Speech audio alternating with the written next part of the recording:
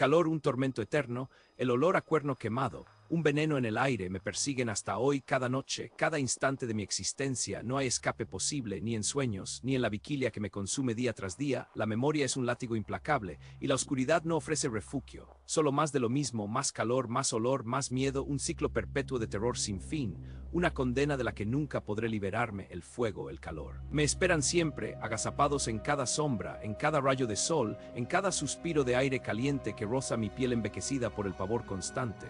No hay descanso para mi alma perturbada. Mi nombre es Felipe, soy un simple electricista, o al menos eso era antes de que todo esto sucediera, antes de que mi mundo se redujera a un infierno personal, un calvario particular que nadie más puede comprender. Aquello sucedió en el sitio Baixa da Égua, un rincón olvidado y polvoriento del vasto e implacable Sertão brasileño, en una época donde el sol no solo brillaba, sino que quemaba las almas, quemaba la tierra, quemaba la esperanza misma de vivir.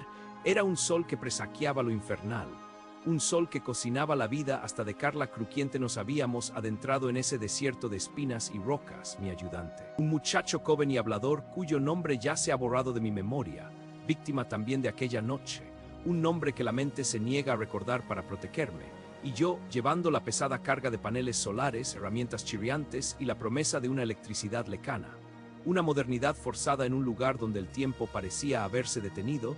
La misión era instalar esos paneles en la casa de Seu Damião, una edificación modesta, aislada, rodeada por la soledad que solo el Sertão puede ofrecer, una soledad palpable, densa, que se pegaba a la piel como el polvo fino, como la propia desesperación, una soledad que ahora asocio con el aislamiento del terror más puro. El primer día transcurrió bajo un sol inclemente, el cielo de un azul tan profundo que dolía la vista, un azul que prometía solo más calor, más sequedad. El calor era asfixiante, pegajoso. Cada gota de sudor una pequeña agonía, un esfuerzo tremendo para cada movimiento. Trabajábamos en silencio, solo roto por el chirrido de las herramientas contra el metal y el zumbido constante de los insectos que parecían desafiar el infierno, moscas persistentes, mosquitos sedientos, todos testigos invisibles de nuestra faena.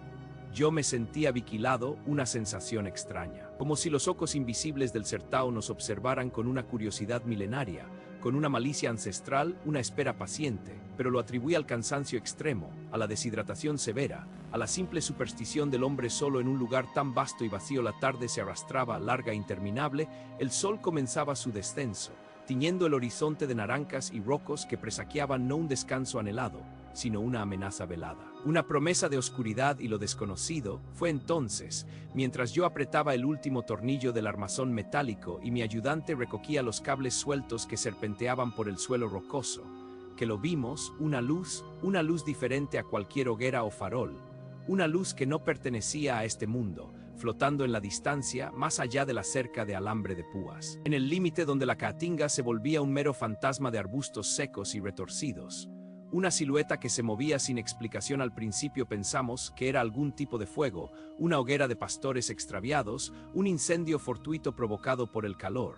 Pero la forma, una esfera perfecta de plasma naranja brillante, desmintió cualquier explicación lógica o terrenal.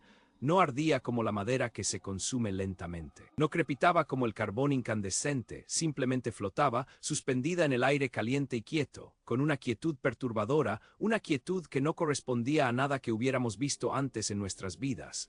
Mi ayudante dejó caer su alicate al suelo, un sonido metálico seco que resonó en el silencio cargado de expectación, su boca abierta, sus ojos fijos en la anomalía brillante, su rostro pálido como el mármol. Inexpresivo por el impacto, la esfera, la bola de fuego, comenzó a moverse, no arrastrándose pesadamente por el suelo, no volando con propulsión o alas invisibles, sino deslizándose con una fluidez inquietante. Como si no pesara nada, como si el viento mismo no existiera para ella, se dirigió hacia la cerca, una maraña de alambres oxidados y púas afiladas que marcaban el límite de la propiedad. Pensé, esto va a incendiar todo a su paso. El pasto seco, los arbustos marchitos, la humilde casa de Seu Damião, todo se convertirá en cenizas, en un infierno sin remedio.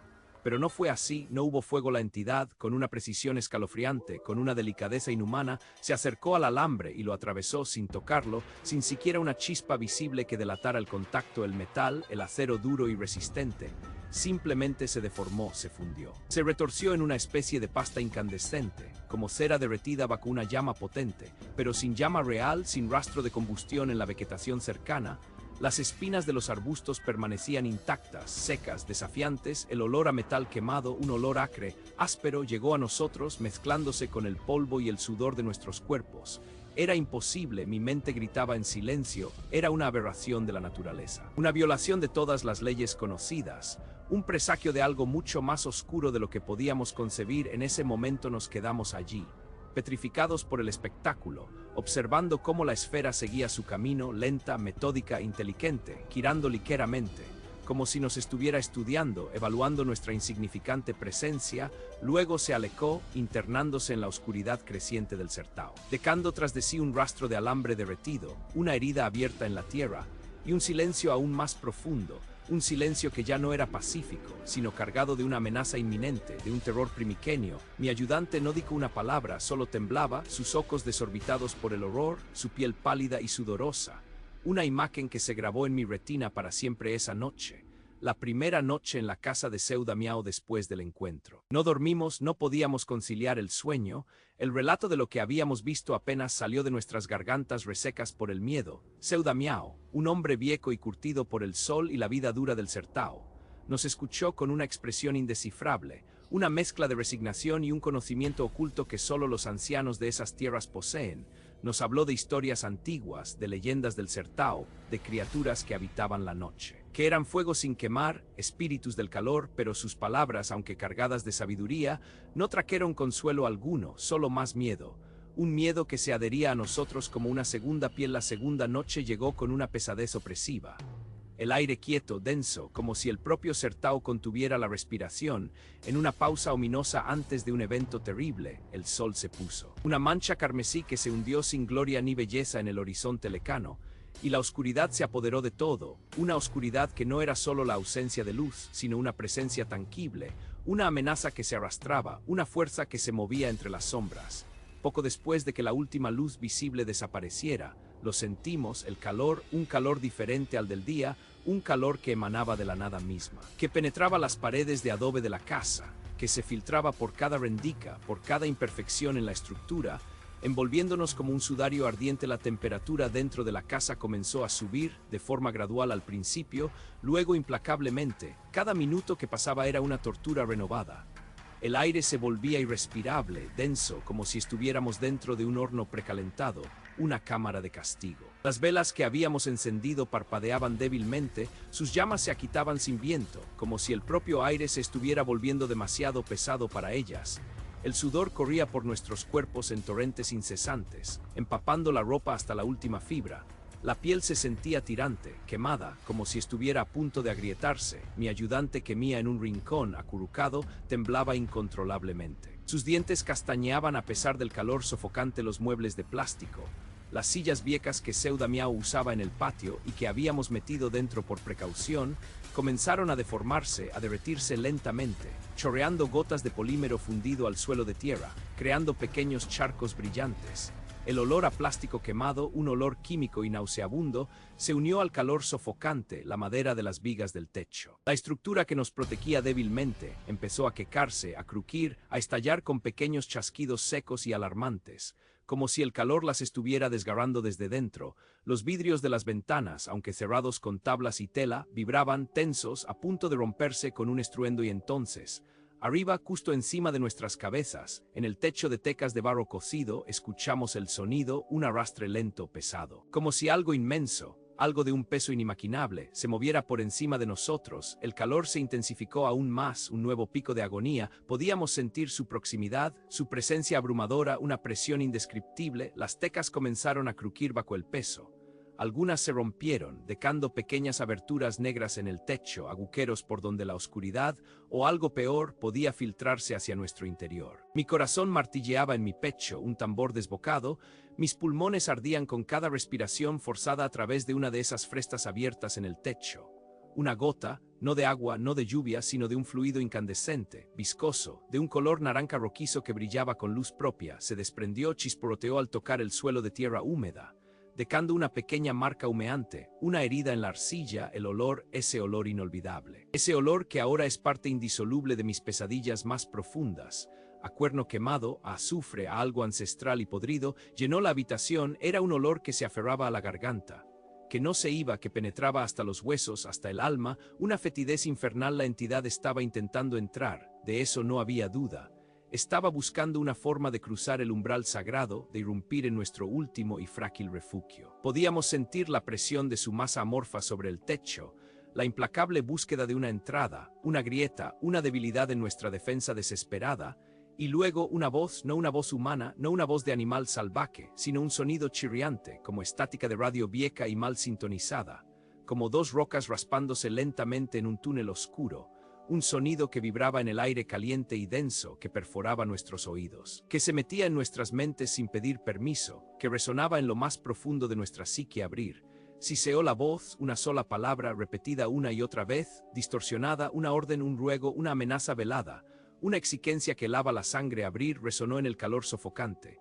Abrir, el aire mismo parecía temblar con su eco maligno. Nos acurrucamos más los tres, Seudamiao, mi ayudante y yo, apretados, sin aliento, rezando, implorando a un Dios sordo, que esa noche interminable terminara de una vez por todas, que la criatura se cansara de su juego macabro, que nos dejara en paz, pero no se iba, seguía allí encima de nosotros, goteando su fluido ardiente, exigiendo su entrada. Ese olor, ese maldito olor a cuerno quemado que todavía me atormenta. La noche pareció durar una eternidad, un ciclo interminable de calor insoportable, crujidos angustiosos de madera, goteos viscosos y esa voz inhumana que penetraba cada fibra de nuestro ser. No sé cómo sobrevivimos, no sé de dónde sacamos la fuerza para soportar esa agonía prolongada. Pero al final, con los primeros rayos pálidos del sol naciente, el calor se retiró lentamente, el olor disminuyó hasta casi desaparecer. La voz cesó de repente, la criatura se había ido, dejando tras de sí un rastro de destrucción, de terror palpable. Salimos de la casa, temblorosos, exhaustos. El aire fresco de la mañana, aunque aún caliente por el sol que ya ascendía, se sintió como una bendición, una salvación momentánea. Un respiro en el infierno. Caminé hacia la porteira, la entrada de la propiedad, por un impulso incontrolable, una necesidad de verificar, de encontrar una prueba tangible de lo que habíamos vivido, algo que confirmara que no había sido una pesadilla colectiva. Y allí, en el poste de madera gruesa y antigua, quemadas a la perfección, como si un hierro al roco vivo las hubiera marcado con un sello infernal, estaban las huellas de unas manos, 5 dedos, una palma definida, un tamaño humano, pero un calor no humano, grabadas en la madera, indelebles, un recuerdo imborrable, una advertencia eterna, un mensaje de lo que vendrá, o de lo que nunca se fue desde entonces. El fuego, cualquier fuego, el calor del sol en mi piel. El simple encendido de una vela me provoca un pavor incontrolable, una fobia profunda, irracional. El olor a algo quemado me devuelve a esa noche, a ese calor asfixiante, a esa voz gutural. Mi vida cambió drásticamente, mi profesión se volvió imposible. La sombra de esa bola de fuego, de esa inteligencia infernal, me persigue para siempre. No hay escape, solo la espera de la próxima vez. Su piel era pálida, lisa, inhumana. La vi entre los árboles, una masa que se movía, una pesadilla materializada que nos enfermó, nos persiguió, nos expulsó de nuestra propia tierra. Mi nombre es Murilo, y este horror me persigue desde el sitio Córrego Fundo, en Itavira, Minas Gerais, un lugar que alguna vez fue mi refugio, un sitio de paz junto a mis tíos Anecio y Cleusa, un lugar que se transformó en el epicentro de un terror que aún hoy no comprendo. Llegué buscando la tranquilidad del campo, el aire puro y fresco que solo la naturaleza puede ofrecer, el silencio vasto que en la ciudad es un lujo inalcanzable. Este era el sitio de mis tíos Anecio y Cleusa, un lugar que prometía paz, un remanso de calma, un idilio rural. Poco sabía que ese silencio era solo una fachada, una cortina fina detrás de la cual algo antiguo y oscuro se aquitaba, esperando su momento, observando. Una tarde, la luz del sol comenzaba a teñir el horizonte de tonos anaranjados y violetas, anunciando el crepúsculo. Yo estaba sentado en el porche de madera, disfrutando de la brisa suave que mecía las hojas de los árboles frutales, el canto lejano de algún pájaro. Mi tía Cleusa, mientras tanto, se encontraba en la cocina, el corazón de la casa, preparando la cena. Podía escuchar el tintineo rítmico de las ollas y los sartenes, el suave murmullo de su voz tarareando una melodía apenas audible, una de esas canciones de campo que solo ella conocía, llena de nostalgia. Entonces la escuché, una voz suave pero inconfundible, una voz que era exactamente la de mi tía. Mi nombre Murilo me llamó claro y distintivo. Provenía del bananal, justo detrás de la casa, un denso muro verde de hojas anchas y frutos amarillentos que se extendía hasta donde la vista alcanzaba. Me extrañó profundamente, pues sabía con certeza que Cleusa estaba en la cocina. La había visto hacía apenas unos instantes, con las manos ocupadas en la masa del pan. Me levanté, la silla de madera crujió bajo mi peso, un sonido seco en la quietud. Me dirigí con lentitud hacia el borde del bananal. Pensé que tal vez me llamaba para ayudarla con alguna tarea inesperada, que necesitaba algo del huerto, o que quizás me había confundido de ubicación. Aunque eso era improbable. Caminé lentamente, mis botas se hundían un poco en el suelo bajo mis pies, una mezcla de tierra suelta y ocas secas, crujientes, que formaban una alfombra natural. El aire dentro del bananal era distinto, más húmedo, más pesado, cargado con el aroma dulce y embriagador de las frutas maduras, casi fermentadas, un olor que ahora asocio con el miedo. Tía Cleusa, llamé, mi voz sonó extrañamente apagada. Absorbida por la densa vegetación, engullida por el verde. La escuché de nuevo, mi nombre un poco más adentro, más profundo en el corazón verde y oscuro del bananal. Esta vez era apenas un susurro, una exhalación que parecía jugar con el viento, una melodía espectral que me erizó los vellos de la nuca, un escalofrío que me subió por la espalda. Mi tía estaba en la cocina, lo sabía, la había visto segundos antes, su figura ocupada junto al fogón. Ajena a todo esto, la contradicción me golpeó con la fuerza de un puñetazo frío en el pecho, una punzada de incredulidad. Me detuve en seco, el corazón comenzó a latir con un ritmo irregular, un tamborileo acelerado que resonaba en mis oídos, ensordecedor. Un escalofrío helado, como si una mano invisible me recorriera la columna vertebral, me invadió por completo, de la cabeza a los pies. La sensación de inquietud se transformó rápidamente en un temor primario, una advertencia instintiva que gritaba peligro, un presentimiento oscuro. Tía Cleusa, repetí, mi voz ahora teñida de una extraña mezcla de miedo y confusión, un balbuceo casi inaudible. No hubo respuesta, solo el silencio que regresó, pero no era el silencio tranquilo y apacible del campo, era un silencio pesado, denso, opresivo, cargado de una expectativa siniestra, de algo que acechaba en la penumbra. Volví a la casa, mis pasos ahora eran más rápidos, más urgentes, casi una carrera. Mi tía seguía en la cocina, ajena a todo lo ocurrido, su espalda curvada sobre la estufa, su melodía tarareada aún resonaba suavemente, un contrapunto irónico al terror que acababa de vivir. Le pregunté si me había llamado, con la voz apenas un hilo temblorosa. Ella me miró, sus ojos expresaban perplejidad, una ceja arqueada en señal de confusión, sin comprender mi estado. No, Murilo, dijo, con su voz real, clara y firme, estoy aquí desde hace rato, ¿por qué preguntas? Esa fue la primera vez, el primer indicio innegable, la primera fisura en la realidad que conocía, el primer paso en el abismo de que algo andaba muy mal en el sitio Córrego Fundo, un mal que no tenía nombre, pero que ya había comenzado a llamarme. Días después, el ambiente en el sitio se sentía más denso, el aire cargado de una tensión que nadie nombraba, pero todos sentían. El ganado parecía inquieto, los animales muquían con más frecuencia, miraban fijamente hacia el bananal, sus ojos grandes y asustados, los perros ladraban sin razón aparente, sus ladridos resonaban en el aire, llenos de un temor visceral, siempre dirigidos hacia el mismo lugar, ese laberinto verde. Caer, mi primo. El hijo de Anesio y Cleusa, un joven fuerte y alegre de unos 18 años, también lo experimentó. Un día, mientras estaba trabajando cerca de los corrales, reparando una cerca rota, escuchó la voz de su padre, mi tío Anesio, llamándolo desde el bananal, el mismo lugar, la misma voz imitada con una perfección escalofriante, un eco perturbador. Caer, a diferencia de mí, era más valiente, o tal vez más incrédulo, menos propenso a ceder al miedo. Fue a investigar, internándose entre los árboles, llamando a su padre, esperando encontrarlo con una herramienta o pidiendo ayuda en alguna labor. No encontró a nadie, solo la maleza intrincada, el silencio que regresó, pesado, cargado de un presagio. Regresó a casa pálido, tembloroso, sus ojos fijos en un punto distante, su mente evidentemente perturbada por lo que había vivido. Horas después, la fiebre lo invadió. Una fiebre alta que no cedía, que lo consumía por dentro. Su piel se tornó de un color blanquecino, sus labios resecos, sus ojos hundidos y sin brillo, un contraste aterrador con su vitalidad habitual. Lo llevamos de inmediato al hospital de Itavira, su estado era grave, inexplicable para los médicos, sin un diagnóstico claro, sin una causa aparente, solo una debilidad extrema, un mal que parecía drenar su vitalidad, su propia esencia. Con Cairo hospitalizado, la casa se sentía vacía, el miedo era una sombra constante que se arrastraba por cada rincón, por cada pasillo, por cada habitación. La alegría se había esfumado, reemplazada por una angustia palpable. Una noche, mientras todos dormían, yo no podía conciliar el sueño, el sonido de las cigarras era demasiado ensordecedor, o tal vez era el silencio profundo, el que había regresado tras los ruidos de la vida. Lo que me inquietaba aún más. De repente lo escuché, una voz joven, débil, casi un lamento, mi nombre, Murilo, arrastrado por el viento helado desde el bananal, más allá de la ventana de mi habitación. Era la voz de Kair, inconfundible, resonando en la oscuridad de la noche, pero Kair estaba en el hospital, a kilómetros de distancia, conectado a máquinas, luchando por su vida, su voz real apenas un susurro.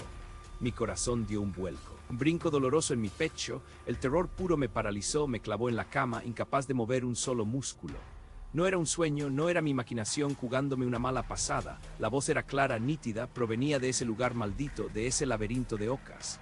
Cerré los ojos con fuerza, deseando con toda mi alma que desapareciera, que fuera una pesadilla, pero seguía ahí un eco macabro, una melodía siniestra que se repetía. Abrí los ojos. La oscuridad era total, solo la luna proyectaba sombras alargadas que danzaban con las ocas del bananal, figuras fantasmales que parecían moverse con vida propia. Una semana después, la situación era insostenible, el miedo había colonizado cada rincón de la casa, cada pensamiento, cada momento de lucidez. La esperanza se desvanecía, reemplazada por una desesperación creciente. Una noche, la más terrible de todas, la voz de Kair regresó. Pero esta vez fue más fuerte, más insistente, más apremiante, llamando a sus padres: papá, mamá, vengan al bananal, los espero. Mi tía Cleusa despertó a mi tío Anecio con un grito ahogado, el pánico en sus ojos dilatados, una mezcla de horror y la necesidad de responder al llamado de su hijo. Mi tío, un hombre de campo, rudo y acostumbrado a las adversidades, un hombre práctico, tomó su vieja linterna, una de esas grandes y pesadas, y su arma. Un rifle que usaba para cazar venados, una herramienta de protección que ahora parecía inútil. Decidieron ir, no podían ignorar el llamado de su hijo, aunque supieran en lo más profundo de su ser, en su instinto, que no era él quien les hablaba. Yo los seguí, el miedo me paralizaba, me atenazaba, pero no podía quedarme solo en esa casa llena de ecos y sombras. Entramos al bananal, la luz potente de la linterna de mi tío cortaba la oscuridad densa, revelando formas retorcidas de ocas y sombras danzarinas, un paisaje que se volvía irreal bajo esa luz artificial. La voz de Kair nos llamó de nuevo, pero ahora el sonido se movía de un lado a otro, de arriba a abajo, imposible, sin una fuente fija, sin un cuerpo que lo emitiera, una acrobacia auditiva. Aquí estoy, aquí, decía la voz, una ilusión acústica que nos rodeaba, nos envolvía, nos confundía, nos arrastraba más adentro. Mi tío Anecio, con el rostro endurecido por la tensión, intentó apuntar con el rifle, buscando un objetivo, pero no había nada que disparar, solo aire, solo un sonido fantasma que se burlaba de nuestra presencia. En un instante, mientras la linterna de mi tío se movía frenéticamente, en un claro entre las ocas, un espacio abierto por un breve segundo, lo vi. Una masa de piel pálida y lisa, sin forma definida, sin rostro, sin miembros. Una especie de tejido orgánico que se movía, se deslizaba entre los árboles como un ser sin esqueleto, sin estructura, un horror gelatinoso que escapaba a toda descripción humana, una aberración contra la naturaleza. Duró solo un segundo, una fracción de segundo, un parpadeo, pero la imagen se grabó en mi mente para siempre, una cicatriz indeleble. Mis tíos también lo vieron, el grito ahogado de Cleusa que se perdió en el aire. El silencio sepulcral de Anecio, sus ojos fijos en el punto donde esa cosa había estado. Huimos, corrimos de vuelta a la casa, el aire ardía en nuestros pulmones, el pánico nos consumía, nos deshumanizaba. Esa noche no dormimos, ninguno de nosotros pudo, no podíamos. Al día siguiente, tanto mi tío Anecio como yo comenzamos a sentirnos mal. La fiebre nos invadió, no tan severa como la de Kair, pero sí acompañada de erupciones cutáneas. Pequeñas manchas rocas que cubrían nuestra piel, una especie de reacción al contacto con algo desconocido, con esa entidad informe, una marca de su paso. El ganado se volvió incontrolable, mugiendo sin cesar, intentando romper las cercas, desesperados, como si sintiera la presencia que aún acechaba, que se negaba a abandonarnos. La vida en el sitio Córrego Fundo se volvió un infierno, una sucesión de días y noches de terror. Después de unas semanas de miedo constante, de voces que susurraban, de ruidos inexplicables que venían de la noche, de la enfermedad que nos consumía lentamente, mis tíos tomaron una decisión dolorosa pero necesaria: vender el sitio. No podíamos más, el miedo nos había vencido, nos había expulsado de nuestro propio hogar, de nuestra propia tierra. Vendieron el sitio a una familia que venía de la ciudad, personas inocentes, ajenas al horror que habitaba esas tierras, a la oscuridad que se aferraba a cada árbol, a cada piedra. En la Navidad siguiente, con Kair ya recuperado, aunque aún marcado por la experiencia, por la sombra de lo que lo había consumido, nos reunimos en casa de otros parientes, un intento de volver a la normalidad. Me acerqué a él, la curiosidad me carcomía, la pregunta en mi garganta. Les avisaron a los nuevos dueños, ¿verdad? Le pregunté en voz baja. La pregunta que me atormentaba, la esperanza de que hubieran sido advertidos. Kyle me miró con una expresión sombría, sus ojos aún guardaban un rastro de aquel terror, una chispa de ese pánico primitivo. No, Murilo dijo, su voz era un susurro gélido helado, lo que habita en el bananal no se va con el cambio de escritura, no se va con una venta, no se va nunca. El jinete sin cabeza, su silueta grotesca contra la luna, se grabó en mi retina para siempre, un horror que me persigue cada noche, cada instante de silencio. No hay escape, nunca lo habrá. Mi nombre es Joaquín, un técnico de red cuya vida cambió para siempre en un remoto rincón del sertón cearense, la Fazenda Umburana. Era el mes de agosto, un calor sofocante durante el día, un frío inusual y cortante al caer la noche. Había llegado para reparar una falla en la conexión, una tarea sencilla, pensaba yo, que se convirtió en la pesadilla de mi existencia.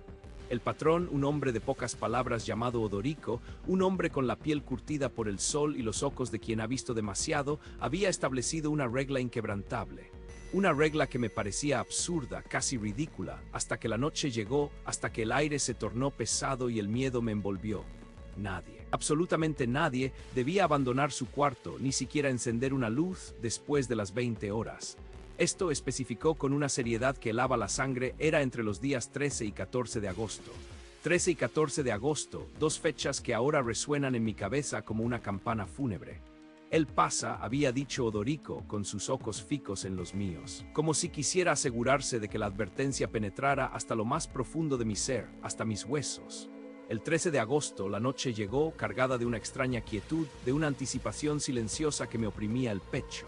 Yo estaba en mi pequeña habitación, la oscuridad era absoluta, densa, sofocante.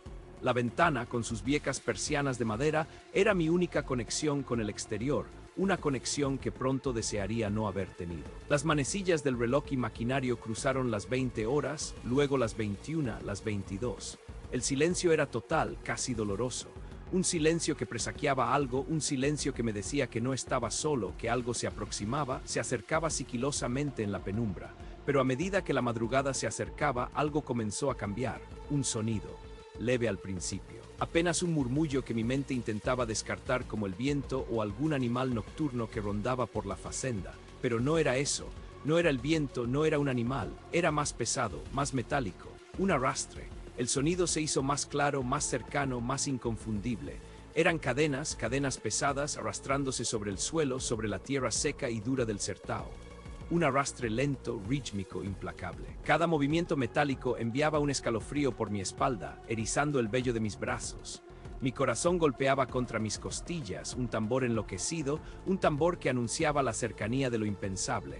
Luego se sumó otro sonido más profundo, más contundente, un sonido que te hace sentir el impacto en tus propios huesos. Cascos. Cascos de un animal enorme, gigantesco, chocando contra la tierra, con una fuerza que hacía vibrar el suelo bajo mis pies.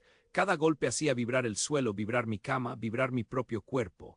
Era el sonido de la pura mole de una bestia avanzando, paso a paso, hacia mi ventana, hacia mí. Era el sonido del terror acercándose. Me levanté lento, cada músculo tenso, cada nervio gritando de pavor, de una premonición de lo que vería. Caminé un paso a la vez hacia la ventana, mis pies descalzos sobre el suelo frío. La curiosidad, ese impulso primitivo y autodestructivo, me arrastró, me obligó a mirar, a desafiar la advertencia de Odorico. Había una pequeña rendica en las viejas persianas de madera, un resquicio entre la seguridad de mi habitación y el horror del exterior. Me acerqué con la respiración contenida, el ojo pegado a la abertura, temiendo lo que mis ojos pudieran captar. Lo que vi, lo que presencié esa madrugada de agosto, desafió toda lógica, toda razón, toda cordura. Un caballo, pero no un caballo común, no un animal de carne y hueso. Era un gigante de proporciones colosales, su pelaje oscuro como la noche sin estrellas, un color que absorbía la poca luz lunar. En sus patas traseras, enormes grilletes de hierro, de donde provenían el arrastre y el tintineo incesante de las cadenas, un sonido que se había vuelto el soundtrack de mi pesadilla. Y sobre él, montado con una postura inerte. Un vaquero, o lo que quedaba de uno, no tenía cabeza, solo un cuello cercenado, un vacío que parecía absorber la luz. Su figura era un espectro, las ropas de cuero, viejas y acadas, parecían marchitas, consumidas por un tiempo que no era de este mundo, por una fuerza que no era de esta tierra. Un olor nauseabundo, insoportable, que penetraba las rendijas de la ventana, que invadía mis fosas nasales, que se aferraba a mi garganta. Era azufre. Sí, pero mezclado con algo más, con la dulce y repulsiva esencia de la descomposición, de la muerte antigua, de la carne putrefacta. El aire se volvió pesado, espeso, cargado de una maldad ancestral, de una presencia que no pertenecía a nuestro plano, a nuestra realidad. La entidad del caballo y su jinete sin cabeza se detuvieron, justo en el centro del terreiro, frente a la casa principal, la casa de Odorico. El silencio volvió, aún más opresivo que antes, un silencio que gritaba de pavor, roto solo por el golpeteo furioso de mi sangre en mis sienes, por el latido desbocado de mi corazón. Desde la casa de Odorico escuché una voz. No eran palabras claras, no eran frases inteligibles, sino un murmullo, un rezo, una recitación gutural, como si estuviera conjurando algo, o quizás pidiendo protección, cumpliendo un ritual ancestral, una promesa terrible. El vaquero sin cabeza y su montura permanecieron inmóviles como una estatua de terror en medio de la oscuridad en el corazón de la madrugada. La bestia, el caballo infernal, alzó una pata delantera lenta, majestuosa, luego la vacó. Un golpe sordo, un impacto que resonó en el silencio. Volvió a alzarla, la vacó, otro golpe más fuerte, más amenazador. Por tercera vez la alzó, la vacó. 3 golpes secos, resonantes, que perforaron el silencio de la noche, que marcaron el final de su visita. Y entonces, tan misteriosamente como había llegado, la aparición comenzó a moverse. Lento al principio, como si se desperezara, luego acelerando su paso, las cadenas arrastrándose con un sonido lúgubre, los cascos resonando en la distancia, desvaneciéndose en la oscuridad del Sertao, rumbo a un lugar desconocido, a una dimensión que no alcanzo a comprender, a un infierno del que había escapado por un momento. Cuando el sol comenzó a asomarse, un sol pálido y tembloroso que apenas osaba iluminar el horror de la noche, salí de mi cuarto. Mis piernas temblaban, mis manos estaban frías, mi cuerpo entero era un manojo de nervios. Con cada paso sentía una pesadez en el aire, una resaca de la maldad que había presenciado, de la energía oscura que había impregnado la facenda. En el terreiro, justo donde el caballo se había detenido, encontré las marcas. Huellas profundas, como si un peso inmenso, un peso de ultratumba, hubiera presionado el suelo duro y reseco, dejando su marca indeleble, y una mancha. Una mancha aceitosa, oscura, con ese mismo hedor a azufre y muerte, impregnada en la tierra, una mancha que parecía moverse, que respiraba su propia putrefacción. Odorico estaba en la puerta de su casa, pálido, con una extraña calma en su mirada, una resignación que solo la experiencia de lo sobrenatural puede dar. No hablamos, no hizo falta. Ambos sabíamos lo que había sucedido, lo que se había manifestado en la oscuridad. Esa mañana un becerro apareció muerto. En el campo cercano. No tenía heridas, no había sangre ni una sola gota. Parecía completamente seco, como si todos sus fluidos hubieran sido drenados, succionados por una fuerza invisible. Por la entidad de la noche, por la bestia sin cabeza. Su cuerpo, una cáscara vacía, yerta, un sacrificio silencioso.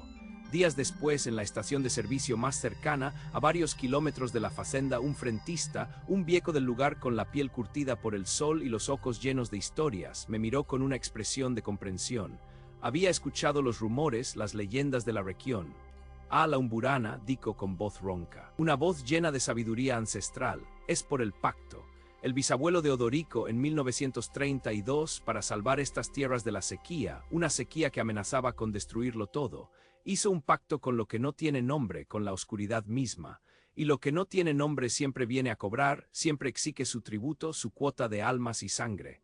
Me quedé allí solo bajo el sol del Sertao. El calor abrasador, ahora una burla a la frialdad de la noche, sabiendo que el precio por esas tierras, por esa supervivencia, se pagaba cada agosto, con sangre, con horror, con la visita de un jinete sin cabeza, con la presencia de una maldad que nunca se iría, que siempre volvería año tras año, cobrando su macabro tributo.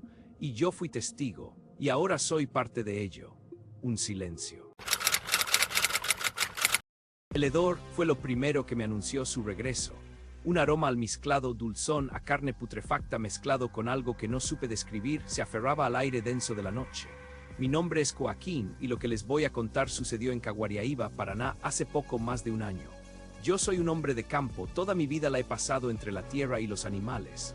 Conocía los sonidos, los olores, las sombras de la noche en mi propiedad. Pero esto era distinto. Todo comenzó con las gallinas. Una por una empezaron a desaparecer. Al principio pensé en zorros, en comadrecas, en algún perro salvaje. Es normal, pasa, pero los ataques de depredadores dejan rastros, dejan sangre, plumas esparcidas, la malla del gallinero rota. Aquí no había nada de eso. La tela metálica estaba intacta, cada eslabón en su lugar. Las puertas seguían cerradas. era como si se hubieran evaporado. Fui y revisé una y otra vez. Nada. La madera del gallinero, sin embargo, sí mostraba algo. Marcas profundas, como si uñas enormes hubieran intentado arrancar los tablones. No eran las garras de un animal, eran surcos rectos, largos, inquietantes. El miedo, debo admitir, empezó a enraizarse. No era el miedo a perder las gallinas, era el miedo a lo desconocido, a la imposibilidad de explicarlo. Las noches se volvieron más largas. El silencio más pesado. Pasaba horas en la ventana de la cocina, con la escopeta a mi lado, observando la oscuridad del campo. El aire se sentía espeso, cargado de una expectativa siniestra. Una de esas noches la vi, no era una visión clara, era una silueta, gigantesca, más de 2,5 metros de altura. Se desenvolvió de la oscuridad, emergiendo de la linde del monte como si siempre hubiera estado ahí, fundida con los árboles. Era delgada, normalmente delgada. Mis ojos apenas podían discernir sus contornos contra el negro absoluto. Se movía con una lentitud antinatural, como si cada articulación se ajustara con pereza. El hedor se intensificó, llenando mis pulmones con su putrefacción. Cerré la cortina, el corazón martillando en mi pecho. No había duda, algo horrible estaba en mi tierra. Decidí que no podía seguir así. La noche siguiente me preparé. Bloqueé la puerta de atrás con una tranca extra, cargué mi linterna más potente y me quedé en la cocina, la única luz encendida, esperando. El tiempo se estiraba, cada minuto era una eternidad. El viento soplaba fuerte, haciendo crujir las tecas, pero yo escuchaba más allá del viento, escuchaba el silencio, y entonces un sonido, un rasguño sutil en la puerta de la cocina, después otro más fuerte, una vibración en la madera.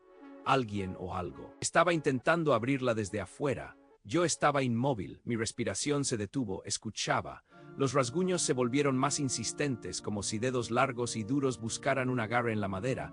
Después un golpe seco, un intento de girar la manica, se escuchó un crujido metálico. La manica no cedió, pero la puerta vibró. El silencio volvió abrupto. Esperé no sé por cuánto tiempo, 5 minutos, 10, 1 hora. La tensión era insoportable. Con manos temblorosas me acerqué a la puerta, mi escopeta lista. Inspeccioné la manica. Había una gosma, una sustancia oleosa de un color verdoso oscuro, pegajosa y maloliente. Me dio un escalofrío que me recorrió toda la columna. Quise vomitar. Salí al terreiro con la linterna, armado. El haz de luz cortaba la oscuridad. Barrí el patio, el gallinero, la arboleda.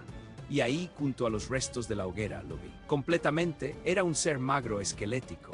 Su piel era de un gris enfermizo, casi transparente bajo la luz de la linterna.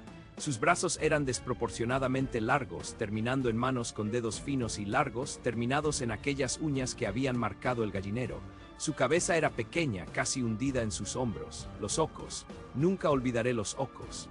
Rojos profundos, sin brillo, solo un punto de maldad absoluta. Estaba torciendo el cuello de una de mis galinas. Lo hacía con una frialdad mecánica, sin emoción, sin prisa. Me vio, sentí su mirada sobre mí, una sensación gélida que me paralizó. No se movió, no huyó, solo me miró, y luego lentamente soltó el cuerpo inerte de la galina. Se irguió completamente, estirando su cuerpo flaco, y comenzó a moverse hacia la casa. Corrí de vuelta adentro, cerré la puerta con llave, puse todos los cerrojos. Las ventanas estaban todas cerradas. Escuché un ruido en el techo, un arrastre pesado, como si se estuviera moviendo por encima de mi cabeza. Después los ruidos se hicieron más fuertes, un golpe seco, otro. Intentaba levantar las tecas, quería entrar por el techo. El terror me invadió, pensé en mi perro Pretino, un mastín cariñoso, valiente. Lo llamé, no respondió, no lo escuché ladrar, lo cual era extraño. Mi casa era mi fortaleza, ahora era mi trampa. Pasaron las horas más largas de mi vida. Los ruidos en el techo cesaron al amanecer. Con la luz del sol el miedo disminuyó, pero no se fue. Salí a buscar a Pretino. Lo llamé por toda la propiedad, recorrí el gallinero, el granero, la linde de la mata. No había ni rastro, hasta que entre la pila de leña la encontré, su collar cerrado, intacto. Solo el collar, sin Pretino. Y en el collar impregnado ese mismo hedor almizclado, podre. La criatura se lo había llevado. Desde entonces no he vuelto a verla tan claramente, pero lo sé, siento su presencia. Sé que está ahí en la linde de la mata observando, esperando. Por las noches, cuando el viento esconde los sonidos, puedo escucharlos. Está los guturales, sonidos que no pertenecen a nada conocido. Me observa, me busca, y sé que algún día volverá. Los ojos inyectados en sangre de aquel animal muerto aún me persiguen. Su cuello retorcido, su cuerpo exánime, sin una sola gota de vida, sin una gota de sangre. Mi nombre es Orestes, y esto sucedió en la apartada localidad de Barcia da Cobra, un rincón olvidado en el profundo interior, en la propiedad de mi tío Valmir. Había viajado hasta allí buscando la paz del campo, el silencio que la ciudad me negaba, pero encontré algo mucho más antiguo, mucho más depredador. Todo comenzó cuando una vecina, doña Josefa, se acercó al sitio con el rostro pálido y las manos temblorosas. Traía consigo una noticia que nos heló la sangre: el hallazgo de una de sus cabras, muerta, retorcida, desangrada. Pero lo más perturbador, lo que la había traído hasta nosotros, era la ausencia total de sangre en el animal, como si hubiese sido drenada por alguna fuerza incomprensible. Una semana de incertidumbre se arrastró, el miedo se instaló en el aire, pesado y denso como la niebla matutina. Los días transcurrían con la rutina del campo, pero las noches eran otra cosa. El silencio se volvió un presagio, cada sombra un peligro. Una noche en particular, la luna estaba llena, redonda y brillante, bañando la Bárcea con su luz plateada. Una luz que debería haber sido tranquilizadora, pero que solo acentuaba las sombras, haciéndolas parecer más densas, más vivas. Mi tío Valmir y yo estábamos en el porche, disfrutando de la fresca brisa, cuando lo escuchamos. Fue un grito, agonizante, quebró el silencio de la noche como un cristal estallando en mil pedazos. No era el grito de un animal, no era el grito de un humano. Era una mezcla de ambos. Una abominación vocal que taladraba los huesos, una desesperación gutural que nunca había oído, que nunca pensé que podría existir. Yo paré, mi corazón martillando contra mis costillas. Mi tío se puso tenso, sus ojos viejos escudriñando la oscuridad. Escuchamos. Los grillos habían enmudecido, el viento dejó de silbar, solo el eco de aquel lamento flotaba en el aire, y luego pasos, pesados, arrítmicos, quebraban las ramitas secas bajo un peso enorme. Venían del fondo del sitio, acercándose con una lentitud que era puro tormento. El olor llegó antes de que la cosa estuviera cerca. Un hedor insoportable, a carne podrida, a entrañas expuestas, a la bilis rancia de la muerte, mezclado con un penetrante aroma a azufre, como si el infierno mismo se hubiera abierto un pequeño portal justo en nuestro patio. Mi tío me hizo una seña, susurrando que entráramos. Cerramos la puerta principal con doble pestillo. Aseguramos las ventanas. Los pasos resonaron en el alpendre justo fuera de la casa, un sonido metálico pesado, sordo, y luego un rasguño en la madera, un rasguño largo, profundo, como si algo con garras de acero estuviera intentando abrirse paso. Yo sentí un escalofrío que me recorrió la espina dorsal, un miedo primario, ancestral, que me erizó cada vello del cuerpo. La casa gimió bajo la fuerza de la criatura. Intentó abrir las puertas, una y otra vez, con golpes secos y repetitivos, con una insistencia implacable. El mueble junto a la puerta se movió, la madera crujió bajo la presión. Mi tío agarró su viejo rifle, su rostro una máscara de terror y determinación. Nos pegamos a la pared, respirando apenas, nuestros oídos atentos a cada movimiento, a cada sonido. Desde el vidrio empañado de la cocina, en un instante fugaz, pude verla. Una sombra, gigantesca, de hombros anchos, desproporcionados y una cabeza alargada, inhumana. No vi detalles, solo la silueta, pero fue suficiente para saber que no era de este mundo, que no era nada que hubiera visto antes. La criatura se cansó de la casa, o quizás su atención se desvió. Escuchamos un estruendo, un golpe seco seguido de los aullidos desesperados de los perros de mi tío. Corrimos a la ventana trasera, la cocina daba al galpón donde los animales dormían. Lo que vimos fue una masacre. Los gritos de los perros se convirtieron en gemidos de dolor, en chasquidos de huesos. La cosa estaba masacrándolos, los desgarraba con una ferocidad brutal, masticándolos sin piedad. El sonido de la carne siendo desgarrada, de los huesos siendo triturados, se incrustó en mi mente, un eco macabro que nunca me abandonaría. Pasamos el resto de la noche abrazados al miedo, esperando el amanecer como la salvación. Cuando los primeros rayos de sol tiñeron el cielo de un naranja enfermizo, la criatura se había ido. Salimos con precaución, mi tío con el rifle, yo con un machete. El galpón era un baño de sangre, los cuerpos destrozados de los perros esparcidos como muñecos rotos, pero lo que nos hizo huir, lo que nos marcó para siempre, fueron las huellas, en la tierra blanda junto al galpón, huellas, híbridas, perturbadoras, un calcañar humano enorme, de unos 40 centímetros de largo, que se transformaba, de forma gradual, en una pata con 5 dedos largos, rematados en garras afiladas. El rastro de aquellas aberrantes pisadas se extendía por el campo hacia el linde de la Bárcea. Seguimos las huellas, nuestros corazones latiendo desbocados, el terror ascendiendo por nuestras gargantas. Y al final de la trila, donde el camino de tierra se encontraba con la carretera principal, las huellas cambiaron. Se volvieron completamente humanas, de una persona descalza. como si la criatura, después de su orgía de sangre, se hubiera transformado de nuevo, hubiera asumido una forma humana y se hubiera marchado por la carretera, confundiéndose con el amanecer, con la normalidad. Yo nunca más volví a Barcia da Cobra. Mi tío Valmir reforzó su casa con recas de hierro, compró nuevos perros, esta vez más grandes, más feroces, pero sé que ni eso, ni las paredes de concreto, pueden detener lo que acecha en la oscuridad, lo que camina entre nosotros esperando su próxima luna llena, solo esperando.